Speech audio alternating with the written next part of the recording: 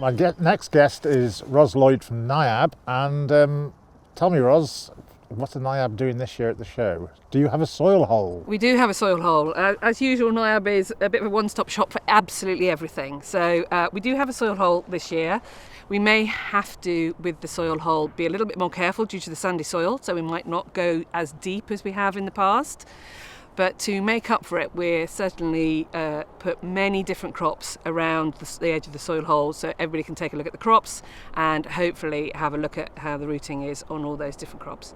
So across the entire NIAB site, there are 20 different crops being demonstrated.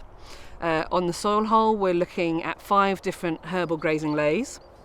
So that will be really interesting to have a look at the rooting structure of those. We have a few alternative crops that growers may be looking at as we start looking at regenerative agriculture, as we start looking at alternative farming systems as we go forward.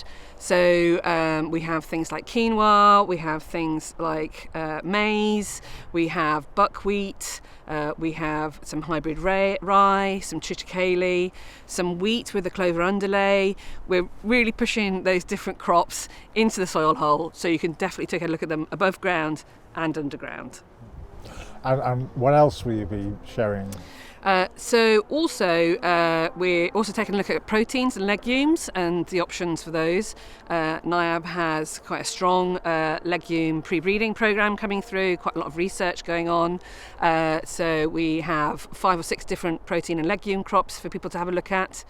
We're taking a look at bicropping, so some spring oat and spring beans, some winter oat and winter beans, and we're also taking a look at some wheat blends on the site as well. So plenty of different options for visitors to come take a look at. But we're also not forgetting what people come to the NIAB stand for every year, which are the winter wheat variety demonstration plots. So we have 32 different untreated varieties currently on the recommended list, or the candidate varieties for next year. And you can take a look at those. And alongside them, we have a discussion about oilseed rape varieties, and our variety specialists are more than happy to have a chat about any variety choice in any crop that people come to NIAB to have a chat about. Tell me a bit more about the agronomy crops then, Ros. So this year we have brought the blends back. They were really popular on the stand last year. So we have 4 different wheat variety blends, treated and untreated, for visitors to take a look at. And alongside that, we're also looking at different wheat fungicide programs, treated and untreated. And this year we have some barley fungicide programs to demonstrate as well. We haven't had barley on the stand for quite a number of years. And generally for our regional agronomy team, there's also a weed demonstration where we're looking at bromes and ryegrass control. And then finally, we are looking at alternative nitrogen strategies, where alongside sort of traditional nitrogen programs, the addition of some different types of nitrogen options that growers might have on farm.